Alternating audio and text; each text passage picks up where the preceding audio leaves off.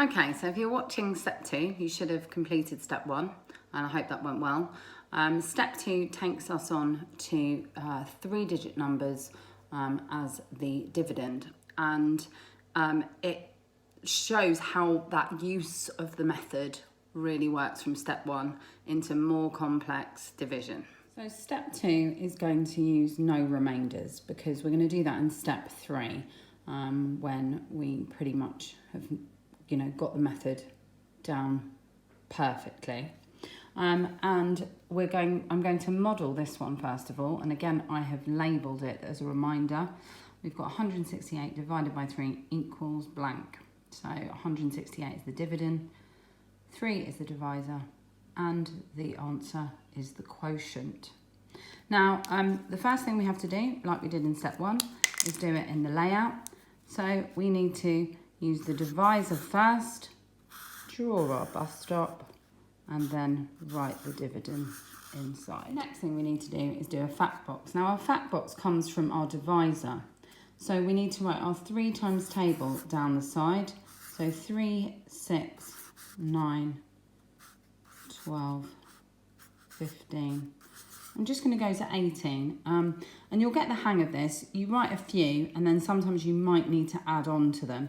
But we've got to use this so that we're making sure, 1, we're seeing the relationship between division and multiplication, but 2, that we're completing this section beneath correctly using this fact box here.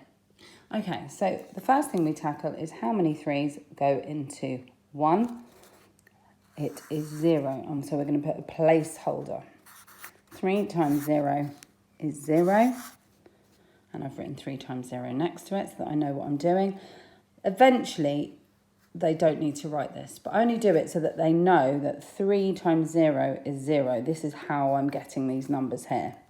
I then subtract 1, subtract 0 is 1, and I draw this arrow going down. Now, I'm drawing the arrow, but I do expect the pupils to draw the arrow as well. And I bring down the number next door. Now my next one is 3 into 16. So I go across to here, 3, 6, 9, 12, 15. If I go to 18, I've gone too far, so I'm going to stop at 15. So 15 becomes my number here. And this is 1, 2, 3, 4, 5 times 3. 3 times 5 is 15, and so the number 5 goes up here. So we've got 3 times 5 is 15. We then have still got another number here, so we need to do this subtraction. So 6 take away 5 is 1, 0. We draw our long arrow down and we put our 8 here. And then our last step is 3 into 18. So we do 3, 6, 9, 12, 15, 18. Brilliant. So we know that that's 1, 2, 3, 4, 5, 6.